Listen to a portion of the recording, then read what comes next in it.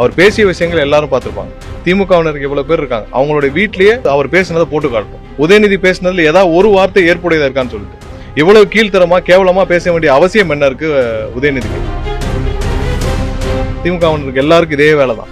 ஏதாவது ஒண்ணுன்னா ஒரு தனிப்பட்ட முறையில பெண்களை பற்றி ஆபாசமா பேச, அவதூறாக பேசுறது. அவர் எதிர்கட்சி தலைவர் இல்ல, ஒரு எம்எல்ஏ நிக்கிற கூட தகுதி கிடையாது, சட்டசபைக்குள்ள தகுதியே கிடையாது. இவ்வளவு வக்கிரமத்தை மனதில் வச்சுக்கொண்டு இவர்கள் ஆட்சியில் இருந்தப்ப எவ்வளவு வக்கிரமா செயல்பட்டு இருப்பாங்க, திரைமறைவில் எவ்வளவு வக்கிரமா செயல்பட்டு இருப்பாங்க. நீங்கள் இவ்வளவு வக்கிரத்தை மனதில் வைத்துக் கொண்டு நீங்கள்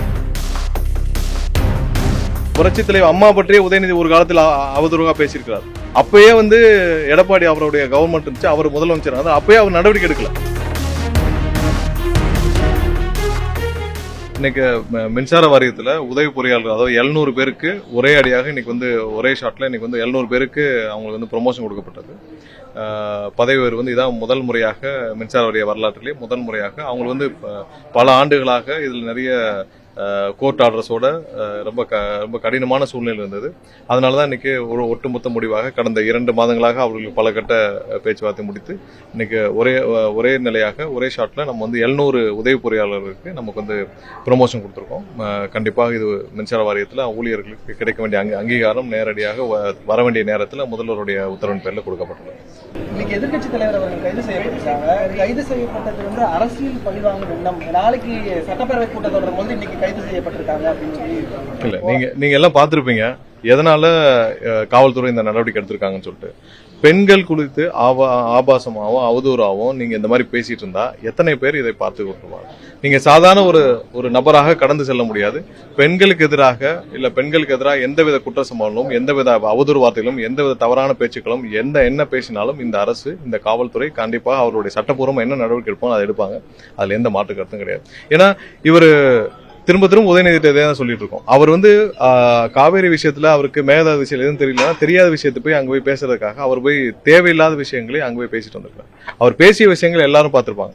திமுகவினருக்கு இவ்வளவு பேர் இருக்காங்க, அவங்களுடைய வீட்லயே அவர் பேசினதை போட்டு காட்டும். உதயநிதி பேசினதை எல்லா வீடுகள்லயும் எல்லாரும் அவங்க திமுகவினர் போட்டு காட்டட்டும், அவங்க வீட்டுல இருக்கவங்க எல்லாரும் போட்டு காட்டும். உதயநிதி பேசினதுல ஏதாவது ஒரு வார்த்தை ஏற்புடையதா இருக்கான்னு சொல்லிட்டு இவ்வளவு கீழ்த்தரமா கேவலமா பேச வேண்டிய அவசியம் என்ன இருக்கு உதயநிதிக்கு? நீங்க போனது காவிரி விஷயத்தை பத்தி பேசுறதுக்கும் மேகதாது பத்தி பேசுறதுக்கும், அதை சம்பந்தமா உங்களுக்கு தெரியலன்னா தெரிஞ்சதை மட்டும் பேசிட்டு இல்ல அங்க என்ன பேப்பர்ல கொடுக்காங்க அதை வாசிச்சுட்டு வரணும் தானே. தேவையில்லாமல் அவதூறாக பெண்களை பற்றி ஆபாசமா, திமுகவினருக்கு எல்லாருக்கும் இதே வேலைதான்.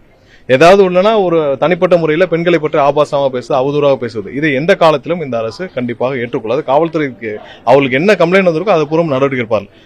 எல்லாரும் அவங்கவுங்க வீட்டுல போட்டு கேட்கட்டும். இது எல்லா வீட்லயும் எல்லாரும் பேசுறாங்க, எல்லாரும் வீட்லயும் போட்டு கேட்கட்டும். உதயநிதி பேசினதில் ஒரு வார்த்தை ஏற்புடையதா இருக்கா? இவ்வளவு கொச்சையாக கேவலமாக அவர் எதிர்கட்சி தலைவர் இல்ல, ஒரு எம்எல்ஏ நிக்கிற கூட தகுதி கிடையாது, சட்டசபைக்குள்ள தகுதியே கிடையாது. இவ்வளவு வக்கிரமத்தை மனதில் வச்சுக்கொண்டு இவர்கள் ஆட்சியில் இருந்தப்ப எவ்வளவு வக்கிரமா செயல்பட்டு இருப்பாங்க, திரைமறைவில் எவ்வளவு வக்கிரமா செயல்பட்டு இருப்பாங்க. நீங்கள் இவ்வளவு வக்கிரத்தை மனதில் வைத்துக் கொண்டு நீங்க எல்லாம் ஆட்சி நடத்திருக்கோ இல்ல இது இருக்கோ எந்த தகுதி இல்லைன்னா மக்கள் இன்னைக்கு இவ்வளவு பெரிய வெற்றியை முதல்வர் அண்ணன் விஜய் அவர்களுக்கு கொடுத்திருக்காரு. எந்த வகையிலும் உங்களுக்கு சட்டசபைக்குள்ள எதிர்கட்சி தலைவர்ல சட்டசபைக்குள்ள வர்றது கூட தகுதி கிடையாது. ஒரு பெண்களை பற்றி இவ்வளவு வக்கிரத்தை மனதில் வச்சுக்கிட்டு நீங்கள் தயவு செஞ்சு இந்த மாதிரி எல்லாம் வேலையெல்லாம் செய்யாம உங்களுக்கு இந்த மாதிரி பொது வாழ்க்கையில ஈடுபடுறதுக்கு எந்த தகுதியும் உதயநிதி கிடையாது.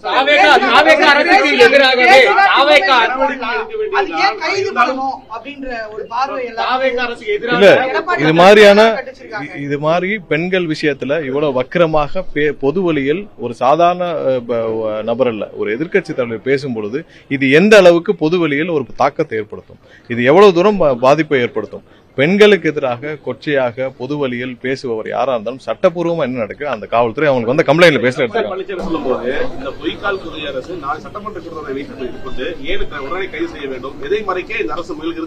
எதையும் மறைக்கிறதுக்கு இல்ல. நாளைக்கு பட்ஜெட் தாக்கல் செய்ய போது எதையும் மறைக்கிறதுக்கு இல்ல.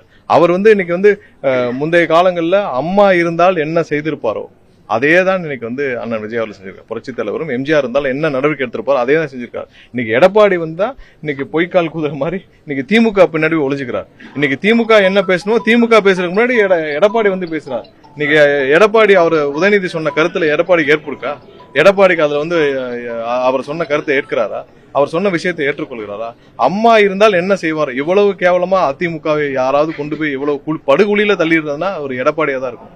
யாராவது இன்னைக்கு வந்து ஒரு பெண்களை பற்றி அவதூறாக பேசியது புரட்சித் தலைவர் அம்மா பற்றியே உதயநிதி ஒரு காலத்தில் அவதூறாக பேசியிருக்கிறார். அப்பயே வந்து எடப்பாடி அவருடைய கவர்மெண்ட் இருந்துச்சு, அவர் முதலமைச்சர், அப்பயே அவர் நடவடிக்கை எடுக்கல. அப்பயே வந்து அந்த டைம்ல ஒரு ட்வீட் போட்டாரு, அதே வந்து அவ்வளவு கொச்சையாக புரட்சித்துல அம்மா பற்றி போட்டிருந்தார். அப்பயே வந்து அவங்களுடைய கவர்மெண்ட் இருந்தது, எடப்பாடி அவர்கள் எந்த நடவடிக்கை எடுக்கல, பேசாம வேடிக்கை பார்த்திருந்தார். அவருடைய அரசாங்கத்தை அவருடைய பதவியை காப்பாத்திக்கல தான் அன்னைக்கு இருந்து இப்போ வரைக்கும் போக்கஸ் பண்ணிருக்காரு. இன்னைக்காவது நேர்மையாக நியாயமாக சட்டப்பூர்வமாக பெண்களுக்கு எதிராக எந்த அவதூறும் எந்த செயலும் யார் ஈடுபட்டாலும் எந்த நபர் ஈடுபட்டாலும் யாராக இருந்தாலும் சட்டப்பூர்வமாக கடுமையான நடவடிக்கை எடுக்கப்படும். அதுல எந்த மாற்றம் சார்,